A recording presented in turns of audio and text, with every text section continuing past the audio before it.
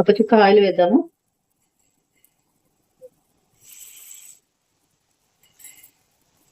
చాలండి, తర్వాత కావాలంటే చూసుకుని వేసుకుందాం. మూత పెట్టుకుంటే కొంచెం నీరు వస్తుంది, చెమ్మలాగా వస్తుంది, మగ్గిపోతుంది. అప్పుడు చూద్దాం. ఇది మీరు అవసరమైతే ఒక చుక్క నీళ్ళు పోసుకోవచ్చు. నేను నీళ్ళు పోస్తా. మీరు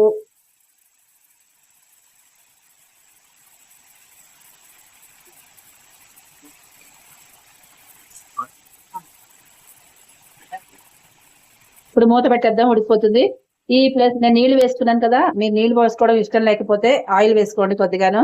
నేను ఆయిల్ తక్కువ తినాలనుకుంటాను కాబట్టి నీళ్లు పోసుకున్నాను. అందులోనూ కొంచెమే ఉంది, ఎక్కువ నిలవ ఉండదు కాబట్టి ఇలా చేసుకుంటున్నాను.